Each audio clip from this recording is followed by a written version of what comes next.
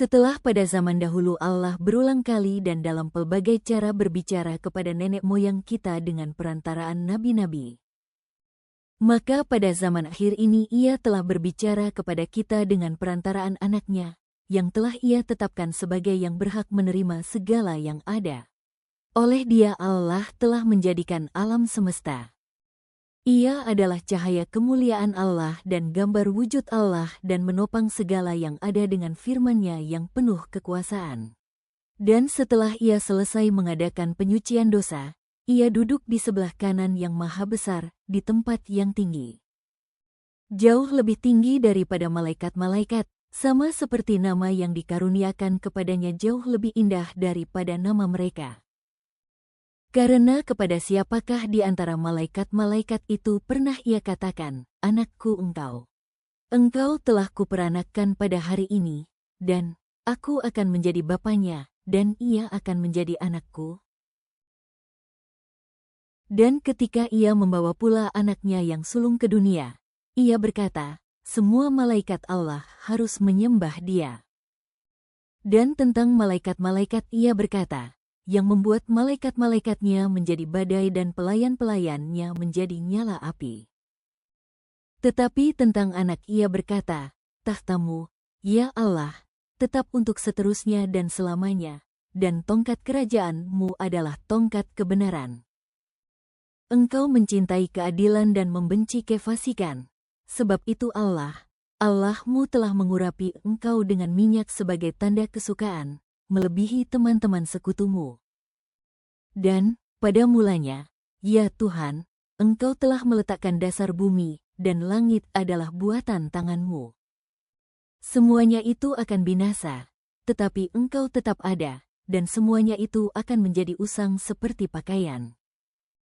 Seperti jubah akan Engkau gulungkan mereka, dan seperti persalinan mereka akan diubah, tetapi Engkau tetap sama, dan tahun-tahun-Mu tidak berkesudahan.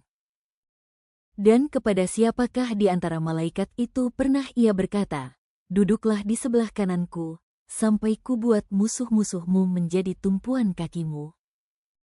Bukankah mereka semua adalah roh-roh yang melayani, yang diutus untuk melayani mereka yang harus memperoleh keselamatan?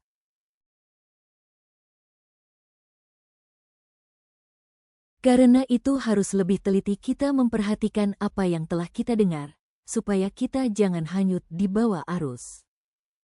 Sebab kalau firman yang dikatakan dengan perantaraan malaikat-malaikat tetap berlaku, dan setiap pelanggaran dan ketidaktaatan mendapat balasan yang setimpal, bagaimanakah kita akan luput, jikalau kita menyia-nyiakan keselamatan yang sebesar itu, yang mula-mula diberitakan oleh Tuhan dan oleh mereka yang telah mendengarnya, kepada kita dengan cara yang dapat dipercayai, sedangkan Allah meneguhkan kesaksian mereka oleh tanda-tanda dan mujizat-mujizat dan oleh berbagai-bagai penyataan kekuasaan dan karunia Roh Kudus yang dibagi-bagikannya menurut kehendak-Nya. Sebab bukan kepada malaikat-malaikat telah Ia taklukkan dunia yang akan datang, yang kita bicarakan ini.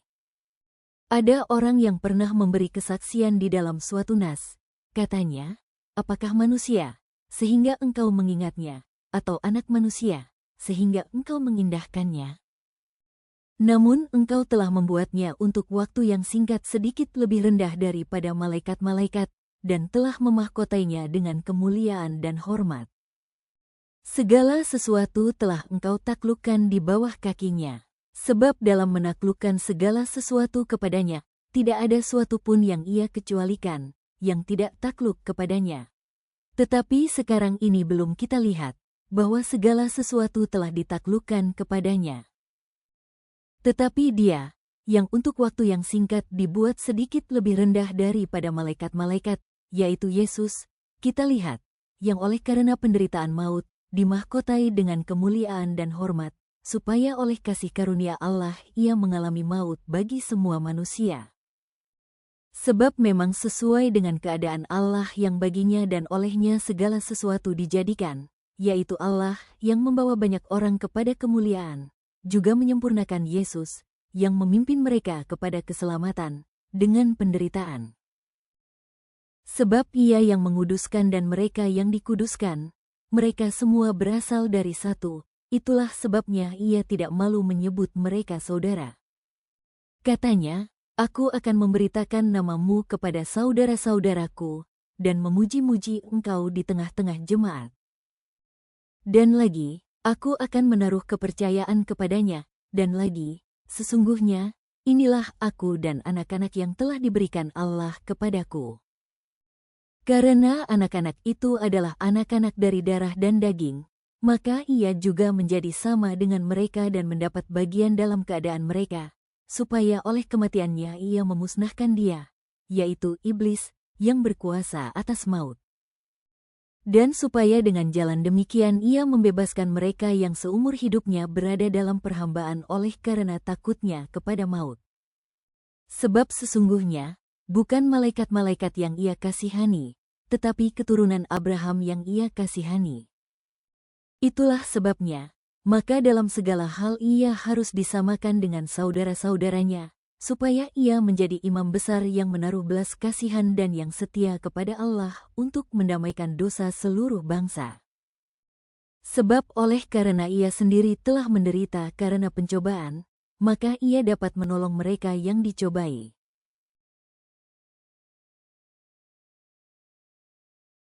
Sebab itu, hai saudara-saudara yang kudus, yang mendapat bagian dalam panggilan sorgawi, pandanglah kepada Rasul dan Imam Besar yang kita akui, yaitu Yesus. Yang setia kepada Dia yang telah menetapkannya, sebagaimana Musa pun setia dalam segenap rumahnya. Sebab ia dipandang layak mendapat kemuliaan lebih besar daripada Musa, sama seperti ahli bangunan lebih dihormati daripada rumah yang dibangunnya. Sebab setiap rumah dibangun oleh seorang ahli bangunan, tetapi ahli bangunan segala sesuatu ialah Allah. Dan Musa memang setia dalam segenap rumah Allah sebagai pelayan untuk memberi kesaksian tentang apa yang akan diberitakan kemudian. Tetapi Kristus setia sebagai anak yang mengepalai rumahnya, dan rumahnya ialah kita, jika kita sampai kepada akhirnya teguh berpegang pada kepercayaan dan pengharapan yang kita megahkan. Sebab itu, seperti yang dikatakan Roh Kudus, pada hari ini, jika kamu mendengar suaranya, janganlah keraskan hatimu seperti dalam kegeraman pada waktu pencobaan di padang gurun, di mana nenek moyangmu mencobai aku dengan jalan menguji aku, sekalipun mereka melihat perbuatan-perbuatanku 40 tahun lamanya.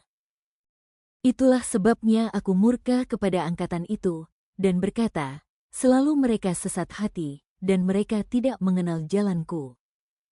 Sehingga aku bersumpah dalam murkaku, mereka takkan masuk ke tempat perhentianku. Waspadalah, hai saudara-saudara, supaya di antara kamu jangan terdapat seorang yang hatinya jahat dan yang tidak percaya oleh karena ia murtad dari Allah yang hidup. Tetapi nasihatilah seorang akan yang lain setiap hari, selama masih dapat dikatakan hari ini, supaya jangan ada di antara kamu yang menjadi tegar hatinya karena tipu daya dosa.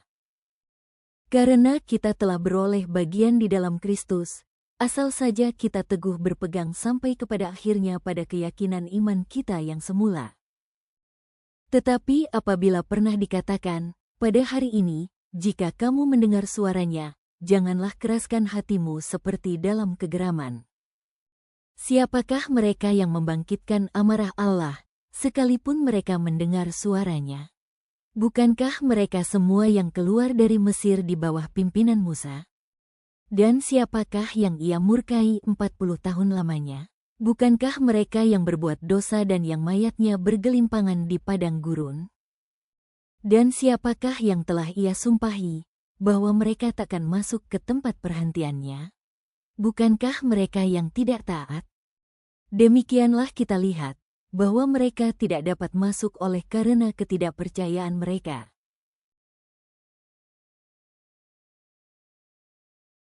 Sebab itu, baiklah kita waspada, supaya jangan ada seorang di antara kamu yang dianggap ketinggalan, sekalipun janji akan masuk ke dalam perhentiannya masih berlaku. Karena kepada kita diberitakan juga kabar kesukaan sama seperti kepada mereka. Tetapi firman pemberitaan itu tidak berguna bagi mereka, karena tidak bertumbuh bersama-sama oleh iman dengan mereka yang mendengarnya. Sebab kita yang beriman akan masuk ke tempat perhentian seperti yang ia katakan, sehingga aku bersumpah dalam murkaku, mereka takkan masuk ke tempat perhentianku, sekalipun pekerjaannya sudah selesai sejak dunia dijadikan. Sebab tentang hari ketujuh pernah dikatakan di dalam suatu nas, dan Allah berhenti pada hari ketujuh dari segala pekerjaannya. Dan dalam nas itu kita baca, mereka takkan masuk ke tempat perhentianku. Jadi sudah jelas bahwa ada sejumlah orang akan masuk ke tempat perhentian itu, sedangkan mereka yang kepadanya lebih dahulu diberitakan kabar kesukaan itu, tidak masuk karena ketidaktaatan mereka. Sebab itu ia menetapkan pula suatu hari, yaitu hari ini, ketika ia setelah sekian lama berfirman dengan perantaraan Daud seperti dikatakan di atas, pada hari ini, jika kamu mendengar suaranya, janganlah keraskan hatimu. Sebab, andai kata Yosua telah membawa mereka masuk ke tempat perhentian, pasti Allah tidak akan berkata-kata kemudian tentang suatu hari lain. Jadi masih tersedia suatu hari perhentian, hari ketujuh, bagi umat Allah. Sebab barang siapa telah masuk ke tempat perhentiannya, ia sendiri telah berhenti dari segala pekerjaannya, sama seperti Allah berhenti dari pekerjaannya. Karena itu baiklah kita berusaha untuk masuk ke dalam perhentian itu, supaya jangan seorang pun jatuh karena mengikuti contoh ketidaktaatan itu juga. Sebab firman Allah hidup dan kuat dan lebih tajam daripada pedang bermata dua manapun, ia menusuk amat dalam sampai memisahkan jiwa dan roh, sendi-sendi dan sumsum, ia sanggup membedakan pertimbangan dan pikiran hati kita. Dan tidak ada suatu makhluk pun yang tersembunyi di hadapannya, sebab segala sesuatu telanjang dan terbuka di depan mata Dia, yang kepadanya kita harus memberikan pertanggungan jawab. Karena kita sekarang mempunyai imam besar agung, yang telah melintasi semua langit, yaitu Yesus, Anak Allah, baiklah kita teguh berpegang pada pengakuan iman kita. Sebab imam besar yang kita punya, bukanlah imam besar yang tidak dapat turut merasakan kelemahan-kelemahan kita. Sebaliknya sama dengan kita, ia telah dicobai, hanya tidak berbuat dosa. Sebab itu marilah kita dengan penuh keberanian menghampiri tahta kasih karunia, supaya kita menerima rahmat dan menemukan kasih karunia untuk mendapat pertolongan kita pada waktunya.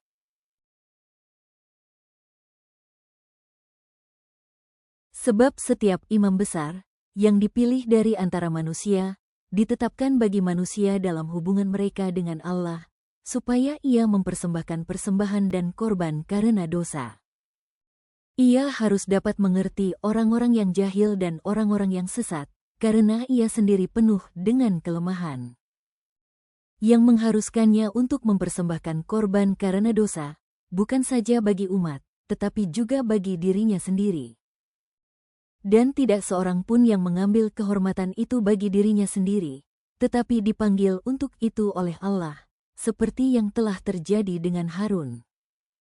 Demikian pula Kristus tidak memuliakan dirinya sendiri dengan menjadi imam besar, tetapi dimuliakan oleh Dia yang berfirman kepadanya, "Anakku, engkau telah kuperanakkan pada hari ini." Sebagaimana firman-Nya dalam suatu nas lain, engkau adalah imam untuk selama-lamanya, menurut peraturan Melkisedek.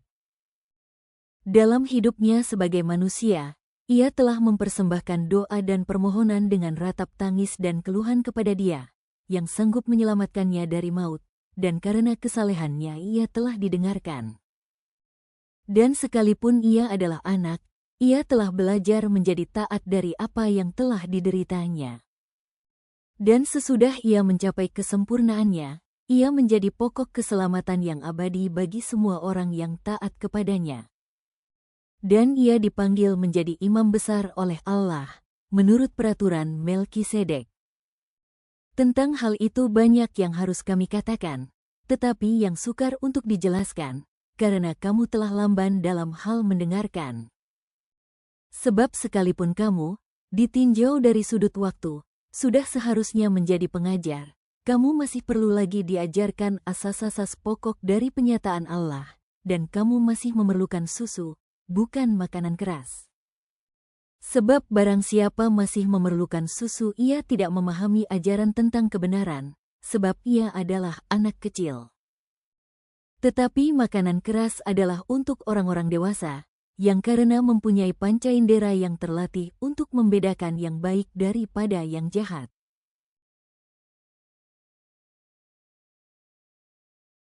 Sebab itu marilah kita tinggalkan asas-asas pertama dari ajaran tentang Kristus dan beralih kepada perkembangannya yang penuh. Janganlah kita meletakkan lagi dasar pertobatan dari perbuatan-perbuatan yang sia-sia dan dasar kepercayaan kepada Allah, yaitu ajaran tentang pelbagai pembaptisan, penumpangan tangan, kebangkitan orang-orang mati dan hukuman kekal. Dan itulah yang akan kita perbuat jika Allah mengizinkannya. Sebab mereka yang pernah diterangi hatinya, yang pernah mengecap karunia sorgawi, dan yang pernah mendapat bagian dalam Roh Kudus, dan yang mengecap firman yang baik dari Allah dan karunia-karunia dunia yang akan datang. Namun yang murtad lagi, tidak mungkin dibaharui sekali lagi sedemikian, hingga mereka bertobat, sebab mereka menyalibkan lagi anak Allah bagi diri mereka dan menghinanya di muka umum. Sebab tanah yang menghisap air hujan yang sering turun ke atasnya, dan yang menghasilkan tumbuh-tumbuhan yang berguna bagi mereka yang mengerjakannya, menerima berkat dari Allah. Tetapi jikalau tanah itu menghasilkan semak duri dan rumput duri, tidaklah ia berguna dan sudah dekat pada kutuk, yang berakhir dengan pembakaran. Tetapi, hai saudara-saudaraku yang kekasih, sekalipun kami berkata demikian tentang kamu, kami yakin bahwa kamu memiliki sesuatu yang lebih baik, yang mengandung keselamatan. Sebab Allah bukan tidak adil, sehingga ia lupa akan pekerjaanmu dan kasihmu yang kamu tunjukkan terhadap namanya oleh pelayanan kamu kepada orang-orang kudus, yang masih kamu lakukan sampai sekarang. Tetapi kami ingin, supaya kamu masing-masing menunjukkan kesungguhan yang sama untuk menjadikan pengharapanmu suatu milik yang pasti, sampai pada akhirnya. Agar kamu jangan menjadi lamban, tetapi menjadi penurut-penurut mereka yang oleh iman dan kesabaran mendapat bagian dalam apa yang dijanjikan Allah. Sebab ketika Allah memberikan janjinya kepada Abraham, ia bersumpah demi dirinya sendiri, karena tidak ada orang yang lebih tinggi daripadanya. Katanya, sesungguhnya aku akan memberkati engkau berlimpah-limpah dan akan membuat engkau sangat banyak. Abraham menanti dengan sabar dan dengan demikian ia memperoleh apa yang dijanjikan kepadanya. Sebab manusia bersumpah demi orang yang lebih tinggi, dan sumpah itu menjadi suatu pengokohan baginya, yang mengakhiri segala bantahan. Karena itu, untuk lebih meyakinkan mereka yang berhak menerima janji itu akan kepastian putusannya, Allah telah mengikat dirinya dengan sumpah. Supaya oleh dua kenyataan yang tidak berubah-ubah, tentang mana Allah tidak mungkin berdusta, kita yang mencari perlindungan, beroleh dorongan yang kuat untuk menjangkau pengharapan yang terletak di depan kita. Pengharapan itu adalah sauh yang kuat dan aman bagi jiwa kita, yang telah dilabuhkan sampai ke belakang tabir, di mana Yesus telah masuk sebagai perintis bagi kita, ketika ia, menurut peraturan Melkisedek, menjadi imam besar sampai selama-lamanya.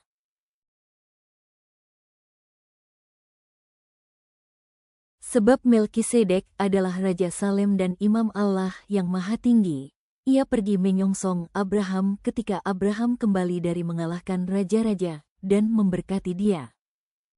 Kepadanya pun Abraham memberikan 1/10 dari semuanya. Menurut arti namanya Melkisedek adalah pertama-tama Raja Kebenaran, dan juga Raja Salem, yaitu Raja Damai Sejahtera. Ia tidak berbapa, tidak beribu, tidak bersilsilah, harinya tidak berawal dan hidupnya tidak berkesudahan, dan karena ia dijadikan sama dengan anak Allah, ia tetap menjadi imam sampai selama-lamanya. Camkanlah betapa besarnya orang itu, yang kepadanya Abraham, bapa leluhur kita, memberikan 1/10 dari segala rampasan yang paling baik. Dan mereka dari anak-anak Lewi, yang menerima jabatan imam, mendapat tugas, menurut hukum Taurat, untuk memungut persepuluhan dari umat Israel, yaitu dari saudara-saudara mereka, sekalipun mereka ini juga adalah keturunan Abraham. Tetapi Melkisedek, yang bukan keturunan mereka, memungut persepuluhan dari Abraham dan memberkati dia, walaupun ia adalah pemilik janji. Memang tidak dapat disangkal bahwa yang lebih rendah diberkati oleh yang lebih tinggi. Dan di sini manusia-manusia fana menerima persepuluhan, dan di sana ia, yang tentang dia diberi kesaksian, bahwa ia hidup. Maka dapatlah dikatakan, bahwa dengan perantaraan Abraham dipungut juga persepuluhan dari Lewi, yang berhak menerima persepuluhan. Sebab ia masih berada dalam tubuh bapa leluhurnya, ketika Melkisedek menyongsong bapa leluhurnya itu. Karena itu, andai kata oleh imamat Lewi telah tercapai kesempurnaan sebab karena imamat itu umat Israel telah menerima Taurat, apakah sebabnya masih perlu seorang lain ditetapkan menjadi imam besar menurut peraturan Melkisedek dan yang tentang dia tidak dikatakan menurut peraturan Harun? Sebab, jikalau imamat berubah, dengan sendirinya akan berubah pula hukum Taurat itu.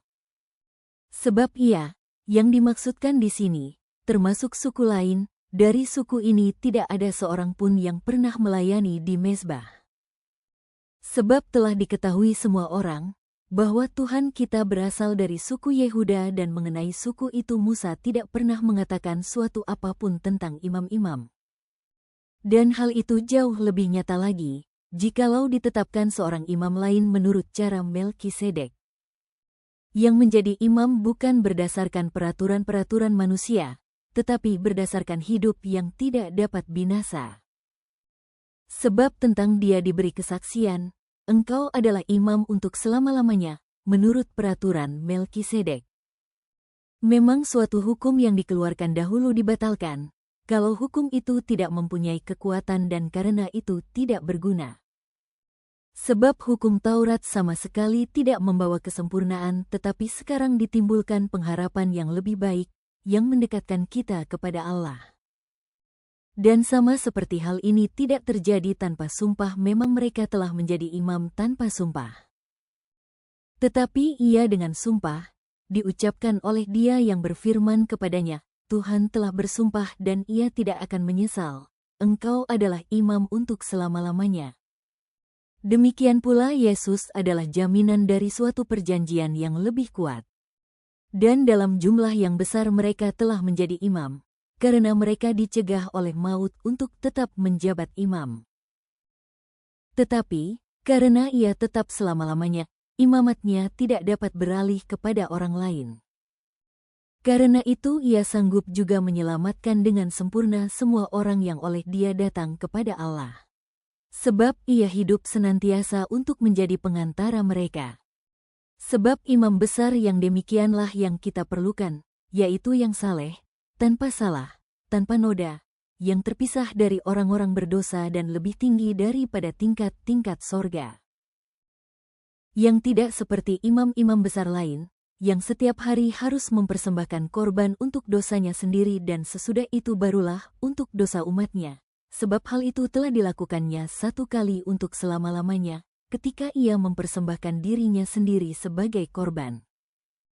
Sebab hukum Taurat menetapkan orang-orang yang diliputi kelemahan menjadi imam besar, tetapi sumpah, yang diucapkan kemudian daripada hukum Taurat, menetapkan anak, yang telah menjadi sempurna sampai selama-lamanya.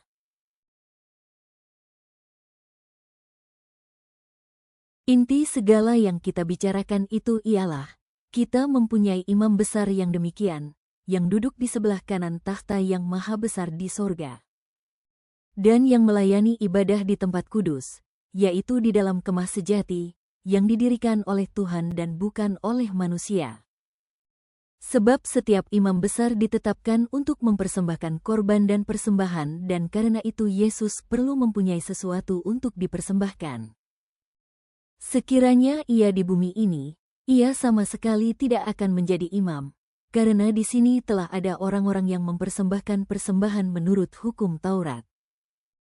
Pelayanan mereka adalah gambaran dan bayangan dari apa yang ada di sorga, sama seperti yang diberitahukan kepada Musa ketika ia hendak mendirikan kemah. Ingatlah, demikian firman-Nya, bahwa engkau membuat semuanya itu menurut contoh yang telah ditunjukkan kepadamu di atas gunung itu. Tetapi sekarang ia telah mendapat suatu pelayanan yang jauh lebih agung, karena ia menjadi pengantara dari perjanjian yang lebih mulia, yang didasarkan atas janji yang lebih tinggi. Sebab, sekiranya perjanjian yang pertama itu tidak bercacat, tidak akan dicari lagi tempat untuk yang kedua. Sebab ia menegur mereka ketika ia berkata, sesungguhnya, akan datang waktunya, demikianlah firman Tuhan, aku akan mengadakan perjanjian baru dengan kaum Israel dan dengan kaum Yehuda.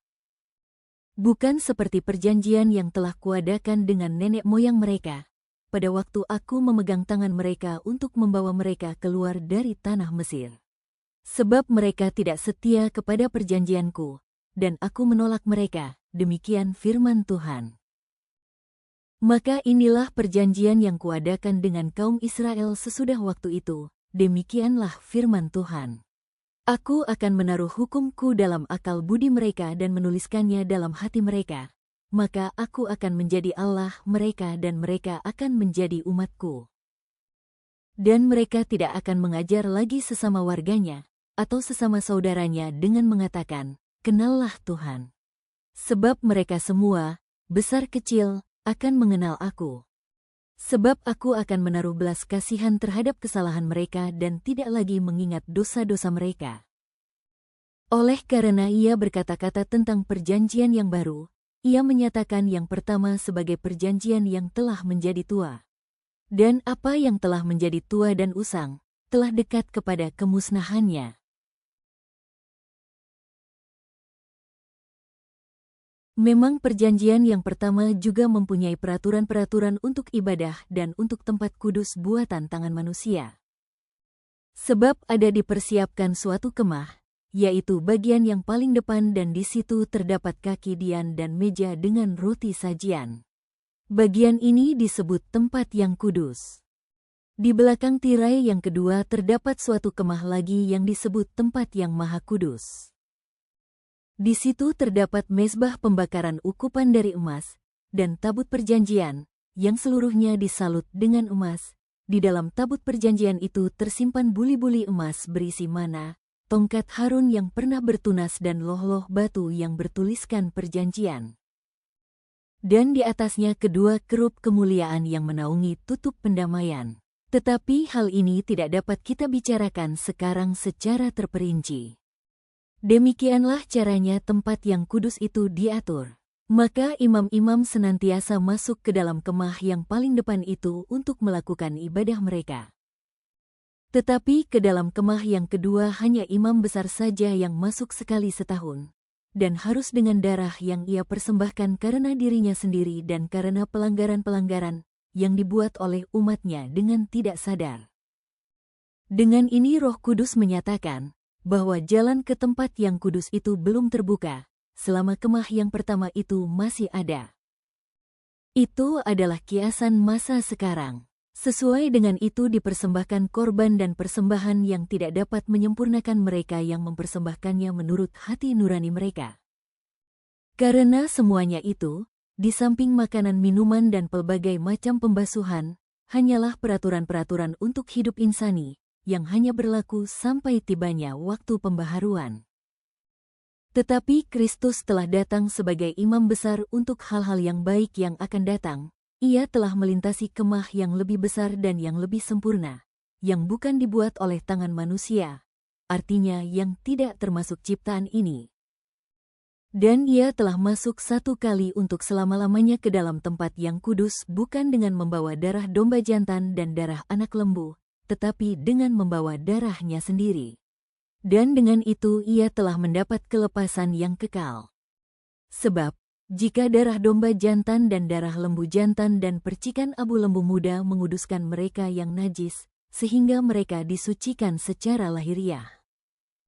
Betapa lebihnya darah Kristus, yang oleh Roh yang kekal telah mempersembahkan dirinya sendiri kepada Allah sebagai persembahan yang tak bercacat, akan menyucikan hati nurani kita dari perbuatan-perbuatan yang sia-sia, supaya kita dapat beribadah kepada Allah yang hidup. Karena itu Ia adalah pengantara dari suatu perjanjian yang baru, supaya mereka yang telah terpanggil dapat menerima bagian kekal yang dijanjikan, sebab Ia telah mati untuk menebus pelanggaran-pelanggaran yang telah dilakukan selama perjanjian yang pertama. Sebab di mana ada wasiat, di situ harus diberitahukan tentang kematian pembuat wasiat itu. Karena suatu wasiat barulah sah, kalau pembuat wasiat itu telah mati, sebab ia tidak berlaku selama pembuat wasiat itu masih hidup. Itulah sebabnya, maka perjanjian yang pertama tidak disahkan tanpa darah. Sebab sesudah Musa memberitahukan semua perintah hukum Taurat kepada seluruh umat, ia mengambil darah anak lembu dan darah domba jantan serta air, dan bulu merah dan hisop, lalu memerciki kitab itu sendiri dan seluruh umat. Sambil berkata, "Inilah darah perjanjian yang ditetapkan Allah bagi kamu." Dan juga kemah dan semua alat untuk ibadah dipercikinya secara demikian dengan darah. Dan hampir segala sesuatu disucikan menurut hukum Taurat dengan darah, dan tanpa penumpahan darah tidak ada pengampunan. Jadi segala sesuatu yang melambangkan apa yang ada di sorga haruslah ditahirkan secara demikian, tetapi benda-benda sorgawi sendiri oleh persembahan-persembahan yang lebih baik daripada itu. Sebab Kristus bukan masuk ke dalam tempat kudus buatan tangan manusia yang hanya merupakan gambaran saja dari yang sebenarnya, tetapi ke dalam sorga sendiri untuk menghadap hadirat Allah guna kepentingan kita. Dan ia bukan masuk untuk berulang-ulang mempersembahkan dirinya sendiri, sebagaimana imam besar setiap tahun masuk ke dalam tempat kudus dengan darah yang bukan darahnya sendiri. Sebab jika demikian ia harus berulang-ulang menderita sejak dunia ini dijadikan. Tetapi sekarang ia hanya satu kali saja menyatakan dirinya, pada zaman akhir untuk menghapuskan dosa oleh korbannya. Dan sama seperti manusia ditetapkan untuk mati hanya satu kali saja, dan sesudah itu dihakimi.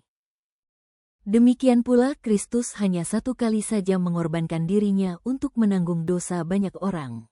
Sesudah itu ia akan menyatakan dirinya sekali lagi tanpa menanggung dosa untuk menganugerahkan keselamatan kepada mereka yang menantikan Dia.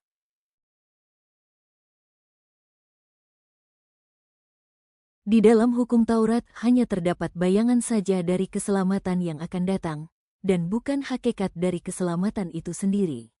Karena itu dengan korban yang sama, yang setiap tahun terus-menerus dipersembahkan, hukum Taurat tidak mungkin menyempurnakan mereka yang datang mengambil bagian di dalamnya. Sebab jika hal itu mungkin, pasti orang tidak mempersembahkan korban lagi, sebab mereka yang melakukan ibadah itu tidak sadar lagi akan dosa setelah disucikan sekali untuk selama-lamanya. Tetapi justru oleh korban-korban itu setiap tahun orang diperingatkan akan adanya dosa. Sebab tidak mungkin darah lembu jantan atau darah domba jantan menghapuskan dosa. Karena itu ketika ia masuk ke dunia, ia berkata, "Korban dan persembahan tidak engkau kehendaki, tetapi engkau telah menyediakan tubuh bagiku. Kepada korban bakaran dan korban penghapus dosa engkau tidak berkenan." Lalu aku berkata, "Sungguh, aku datang, dalam gulungan kitab ada tertulis tentang aku untuk melakukan kehendak-Mu, ya Allahku." Di atas ia berkata, "Korban dan persembahan, korban bakaran dan korban penghapus dosa tidak engkau kehendaki dan engkau tidak berkenan kepadanya, meskipun dipersembahkan menurut hukum Taurat." Dan kemudian katanya, "Sungguh, aku datang untuk melakukan kehendak-Mu." Yang pertama ia hapuskan, supaya menegakkan yang kedua. Dan karena kehendaknya inilah kita telah dikuduskan satu kali untuk selama-lamanya oleh persembahan tubuh Yesus Kristus. Selanjutnya setiap imam melakukan tiap-tiap hari pelayanannya dan berulang-ulang mempersembahkan korban yang sama sekali tidak dapat menghapuskan dosa. Tetapi ia, setelah mempersembahkan hanya satu korban saja karena dosa, ia duduk untuk selama-lamanya di sebelah kanan Allah. Dan sekarang ia hanya menantikan saatnya, di mana musuh-musuhnya akan dijadikan tumpuan kakinya. Sebab oleh satu korban saja ia telah menyempurnakan untuk selama-lamanya mereka yang ia kuduskan. Dan tentang hal itu Roh Kudus juga memberi kesaksian kepada kita. Sebab setelah ia berfirman, inilah perjanjian yang akan kuadakan dengan mereka sesudah waktu itu, ia berfirman pula, aku akan menaruh hukumku di dalam hati mereka dan menuliskannya dalam akal budi mereka. Dan aku tidak lagi mengingat dosa-dosa dan kesalahan mereka. Jadi apabila untuk semuanya itu ada pengampunan, tidak perlu lagi dipersembahkan korban karena dosa. Jadi, saudara-saudara, oleh darah Yesus kita sekarang penuh keberanian dapat masuk ke dalam tempat kudus.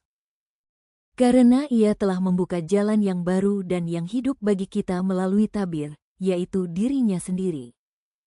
Dan kita mempunyai seorang imam besar sebagai kepala rumah Allah. Karena itu marilah kita menghadap Allah dengan hati yang tulus ikhlas dan keyakinan iman yang teguh, oleh karena hati kita telah dibersihkan dari hati nurani yang jahat dan tubuh kita telah dibasuh dengan air yang murni. Marilah kita teguh berpegang pada pengakuan tentang pengharapan kita, sebab Ia yang menjanjikannya setia. Dan marilah kita saling memperhatikan supaya kita saling mendorong dalam kasih dan dalam pekerjaan baik. Janganlah kita menjauhkan diri dari pertemuan-pertemuan ibadah kita, seperti dibiasakan oleh beberapa orang, tetapi marilah kita saling menasihati, dan semakin giat melakukannya menjelang hari Tuhan yang mendekat. Sebab jika kita sengaja berbuat dosa, sesudah memperoleh pengetahuan tentang kebenaran, maka tidak ada lagi korban untuk menghapus dosa itu. Tetapi yang ada ialah kematian yang mengerikan akan penghakiman dan api yang dahsyat yang akan menghanguskan semua orang durhaka.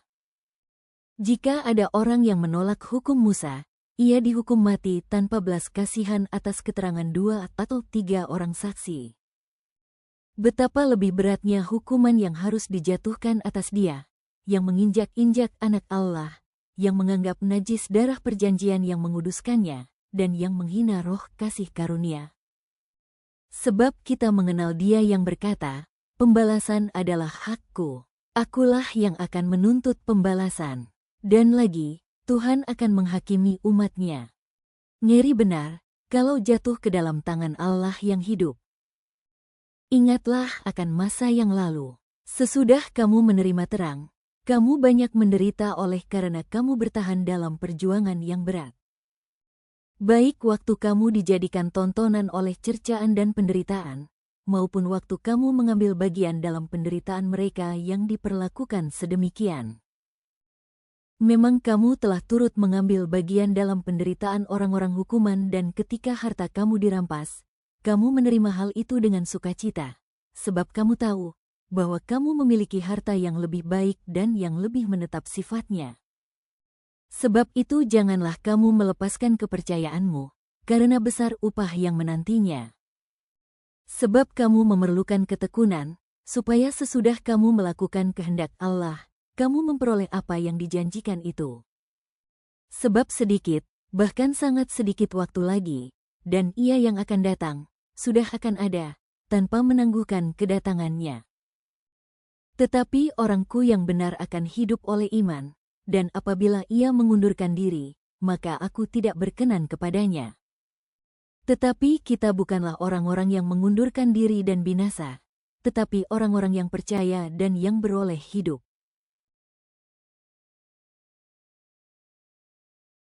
Iman adalah dasar dari segala sesuatu yang kita harapkan dan bukti dari segala sesuatu yang tidak kita lihat. Sebab oleh imanlah telah diberikan kesaksian kepada nenek moyang kita. Karena iman kita mengerti bahwa alam semesta telah dijadikan oleh firman Allah, sehingga apa yang kita lihat telah terjadi dari apa yang tidak dapat kita lihat. Karena iman Habel telah mempersembahkan kepada Allah korban yang lebih baik daripada korban Kain. Dengan jalan itu ia memperoleh kesaksian kepadanya bahwa ia benar. Karena Allah berkenan akan persembahannya itu dan karena iman ia masih berbicara sesudah ia mati. Karena iman Henoh terangkat, supaya ia tidak mengalami kematian, dan ia tidak ditemukan, karena Allah telah mengangkatnya. Sebab sebelum ia terangkat, ia memperoleh kesaksian bahwa ia berkenan kepada Allah. Tetapi tanpa iman tidak mungkin orang berkenan kepada Allah.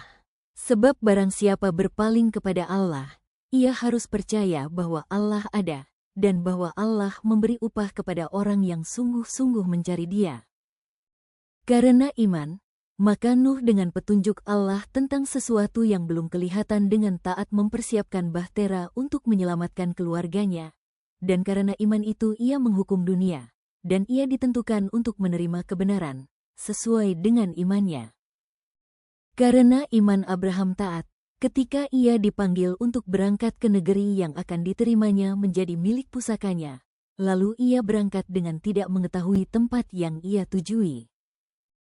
Karena iman ia diam di tanah yang dijanjikan itu seolah-olah di suatu tanah asing dan di situ ia tinggal di kemah dengan Ishak dan Yakub, yang turut menjadi ahli waris janji yang satu itu.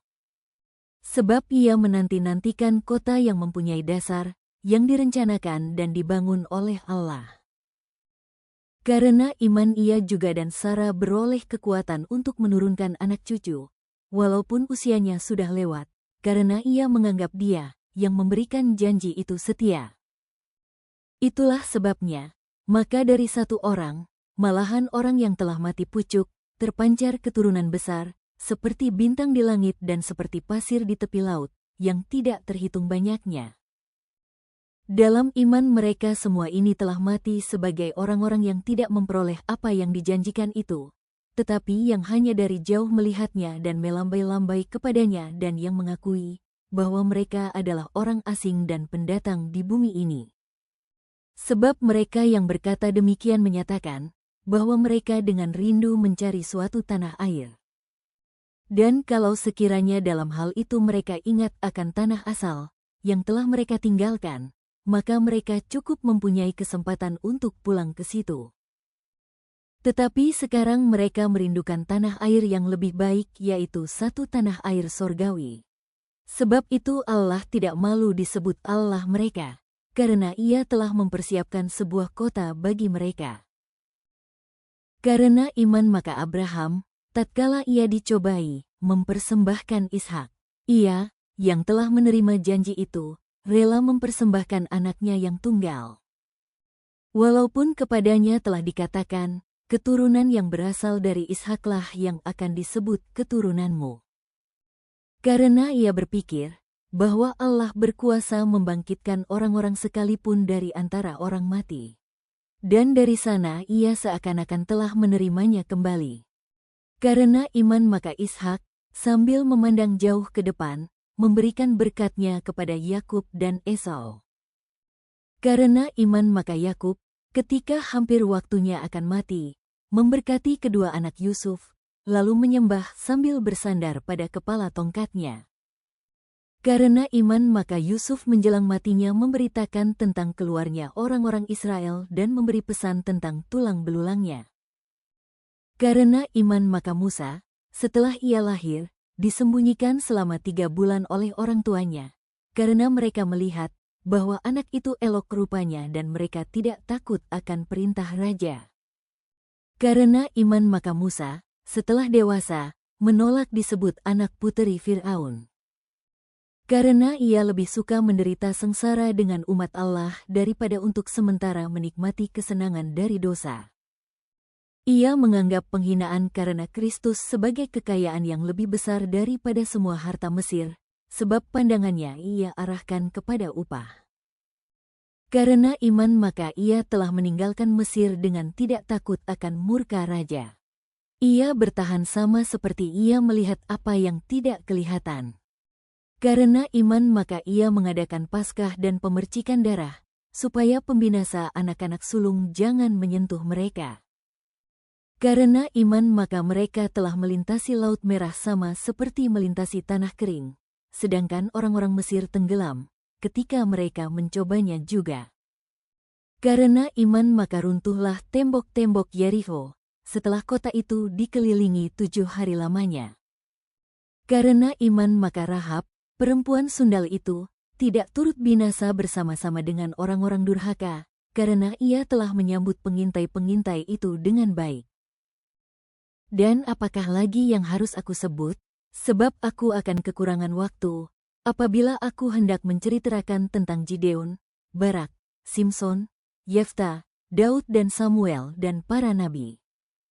Yang karena iman telah menaklukkan kerajaan-kerajaan, mengamalkan kebenaran, memperoleh apa yang dijanjikan, menutup mulut singa-singa, memadamkan api yang dahsyat. Mereka telah luput dari mata pedang, telah beroleh kekuatan dalam kelemahan, telah menjadi kuat dalam peperangan dan telah memukul mundur pasukan-pasukan tentara asing.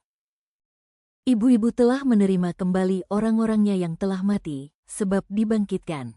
Tetapi orang-orang lain membiarkan dirinya disiksa dan tidak mau menerima pembebasan, supaya mereka beroleh kebangkitan yang lebih baik. Ada pula yang diejek dan didera, bahkan yang dibelenggu dan dipenjarakan. Mereka dilempari, digergaji, dibunuh dengan pedang, mereka mengembara dengan berpakaian kulit domba dan kulit kambing sambil menderita kekurangan, kesesakan dan siksaan. Dunia ini tidak layak bagi mereka.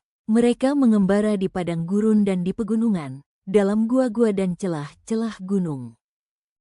Dan mereka semua tidak memperoleh apa yang dijanjikan itu, sekalipun iman mereka telah memberikan kepada mereka suatu kesaksian yang baik. Sebab Allah telah menyediakan sesuatu yang lebih baik bagi kita, tanpa kita mereka tidak dapat sampai kepada kesempurnaan.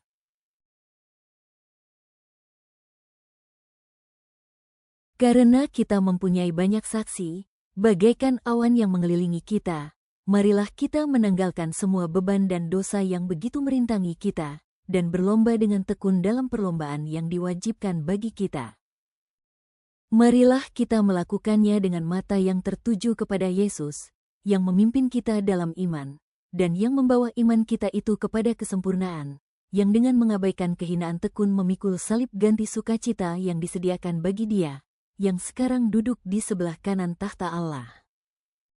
Ingatlah selalu akan Dia, yang tekun menanggung bantahan yang sehebat itu terhadap dirinya dari pihak orang-orang berdosa, supaya jangan kamu menjadi lemah dan putus asa. Dalam pergumulan kamu melawan dosa kamu belum sampai mencucurkan darah. Dan sudah lupakah kamu akan nasihat yang berbicara kepada kamu seperti kepada anak-anak, hai anakku, janganlah anggap enteng didikan Tuhan, dan janganlah putus asa apabila engkau diperingatkannya. Karena Tuhan menghajar orang yang dikasihinya, dan Ia menyesah orang yang diakuinya sebagai anak. Jika kamu harus menanggung ganjaran, Allah memperlakukan kamu seperti anak. Di manakah terdapat anak yang tidak dihajar oleh ayahnya? Tetapi, jikalau kamu bebas dari ganjaran, yang harus diderita setiap orang, maka kamu bukanlah anak, tetapi anak-anak gampang. Selanjutnya, dari ayah kita yang sebenarnya kita beroleh ganjaran, dan mereka kita hormati. Kalau demikian, bukankah kita harus lebih taat kepada Bapa segala roh, supaya kita boleh hidup? Sebab mereka mendidik kita dalam waktu yang pendek sesuai dengan apa yang mereka anggap baik, tetapi Dia menghajar kita untuk kebaikan kita, supaya kita beroleh bagian dalam kekudusannya. Memang tiap-tiap ganjaran pada waktu ia diberikan tidak mendatangkan sukacita, tetapi duka cita. Tetapi kemudian ia menghasilkan buah kebenaran yang memberikan damai kepada mereka yang dilatih olehnya. Sebab itu kuatkanlah tangan yang lemah dan lutut yang goyah. Dan luruskanlah jalan bagi kakimu, sehingga yang pincang jangan terpelecok, tetapi menjadi sembuh. Berusahalah hidup damai dengan semua orang dan kejarlah kekudusan, sebab tanpa kekudusan tidak seorang pun akan melihat Tuhan. Jagalah supaya jangan ada seorang pun menjauhkan diri dari kasih karunia Allah, agar jangan tumbuh akar yang pahit yang menimbulkan kerusuhan dan yang mencemarkan banyak orang. Janganlah ada orang yang menjadi cabul atau yang mempunyai nafsu yang rendah seperti Esau, yang menjual hak kesulungannya untuk sepiring makanan. Sebab kamu tahu, bahwa kemudian, ketika ia hendak menerima berkat itu, ia ditolak, sebab ia tidak beroleh kesempatan untuk memperbaiki kesalahannya, sekalipun ia mencarinya dengan mencucurkan air mata. Sebab kamu tidak datang kepada gunung yang dapat disentuh dan api yang menyala-nyala, kepada kekelaman, kegelapan dan angin badai. Kepada bunyi sangkakala dan bunyi suara yang membuat mereka yang mendengarnya memohon, supaya jangan lagi berbicara kepada mereka. Sebab mereka tidak tahan mendengar perintah ini, bahkan jika binatang pun yang menyentuh gunung, ia harus dilempari dengan batu. Dan sangat mengerikan pemandangan itu, sehingga Musa berkata, "Aku sangat ketakutan dan sangat gemetar." Tetapi kamu sudah datang ke Bukit Sion, ke kota Allah yang hidup, Yerusalem sorgawi dan kepada beribu-ribu malaikat, suatu kumpulan yang meriah. Dan kepada jemaat anak-anak sulung, yang namanya terdaftar di sorga, dan kepada Allah, yang menghakimi semua orang, dan kepada roh-roh orang-orang benar yang telah menjadi sempurna. Dan kepada Yesus, pengantara perjanjian baru, dan kepada darah pemercikan, yang berbicara lebih kuat daripada darah Habel. Jagalah supaya kamu jangan menolak Dia yang berfirman, sebab jikalau mereka yang menolak Dia yang menyampaikan firman Allah di bumi tidak luput, apalagi kita, jika kita berpaling dari Dia yang berbicara dari sorga. Waktu itu suaranya menggoncangkan bumi, tetapi sekarang Ia memberikan janji, satu kali lagi Aku akan menggoncangkan bukan hanya bumi saja, melainkan langit juga. Ungkapan satu kali lagi menunjuk kepada perubahan pada apa yang dapat digoncangkan, karena ia dijadikan supaya tinggal tetap apa yang tidak tergoncangkan. Jadi, karena kita menerima kerajaan yang tidak tergoncangkan, marilah kita mengucap syukur dan beribadah kepada Allah menurut cara yang berkenan kepadanya dengan hormat dan takut. Sebab Allah kita adalah api yang menghanguskan. Peliharalah kasih persaudaraan. Jangan kamu lupa memberi tumpangan kepada orang, sebab dengan berbuat demikian beberapa orang dengan tidak diketahuinya telah menjamu malaikat-malaikat. Ingatlah akan orang-orang hukuman, karena kamu sendiri juga adalah orang-orang hukuman. Dan ingatlah akan orang-orang yang diperlakukan sewenang-wenang, karena kamu sendiri juga masih hidup di dunia ini. Hendaklah kamu semua penuh hormat terhadap perkawinan dan janganlah kamu mencemarkan tempat tidur, sebab orang-orang sundal dan pezinah akan dihakimi Allah. Janganlah kamu menjadi hamba uang dan cukupkanlah dirimu dengan apa yang ada padamu. Karena Allah telah berfirman, Aku sekali-kali tidak akan membiarkan engkau dan aku sekali-kali tidak akan meninggalkan engkau. Sebab itu dengan yakin kita dapat berkata, Tuhan adalah penolongku. Aku tidak akan takut. Apakah yang dapat dilakukan manusia terhadap aku? Ingatlah akan pemimpin-pemimpin kamu yang telah menyampaikan firman Allah kepadamu. Perhatikanlah akhir hidup mereka dan contohlah iman mereka. Yesus Kristus tetap sama, baik kemarin maupun hari ini dan sampai selama-lamanya.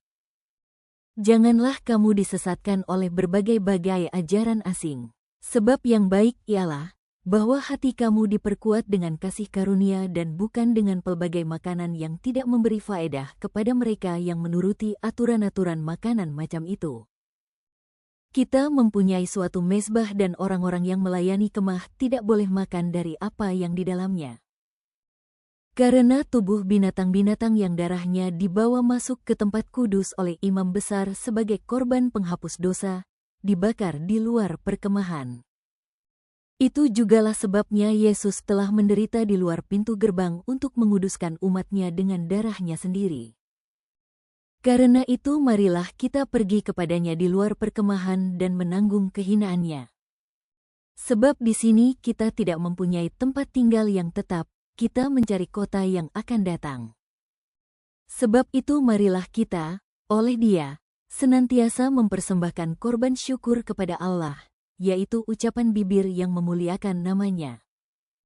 Dan janganlah kamu lupa berbuat baik dan memberi bantuan, sebab korban-korban yang demikianlah yang berkenan kepada Allah. Taatilah pemimpin-pemimpinmu dan tunduklah kepada mereka, sebab mereka berjaga-jaga atas jiwamu, sebagai orang-orang yang harus bertanggung jawab atasnya. Dengan jalan itu mereka akan melakukannya dengan gembira, bukan dengan keluh kesah, sebab hal itu tidak akan membawa keuntungan bagimu. Berdoalah terus untuk kami, sebab kami yakin bahwa hati nurani kami adalah baik, karena di dalam segala hal kami menginginkan suatu hidup yang baik. Dan secara khusus aku menasihatkan kamu, agar kamu melakukannya, supaya aku lebih lekas dikembalikan kepada kamu. Maka Allah damai sejahtera, yang oleh darah perjanjian yang kekal telah membawa kembali dari antara orang mati Gembala Agung segala domba, yaitu Yesus, Tuhan kita. Kiranya memperlengkapi kamu dengan segala yang baik untuk melakukan kehendak-Nya, dan mengerjakan di dalam kita apa yang berkenan kepadanya, oleh Yesus Kristus. Bagi Dialah kemuliaan sampai selama-lamanya. Amin. Dan aku menasihatkan kamu, saudara-saudara, supaya kata-kata nasihat ini kamu sambut dengan rela hati, sekalipun pendek saja suratku ini kepada kamu. Ketahuilah bahwa Timotius, saudara kita, telah berangkat.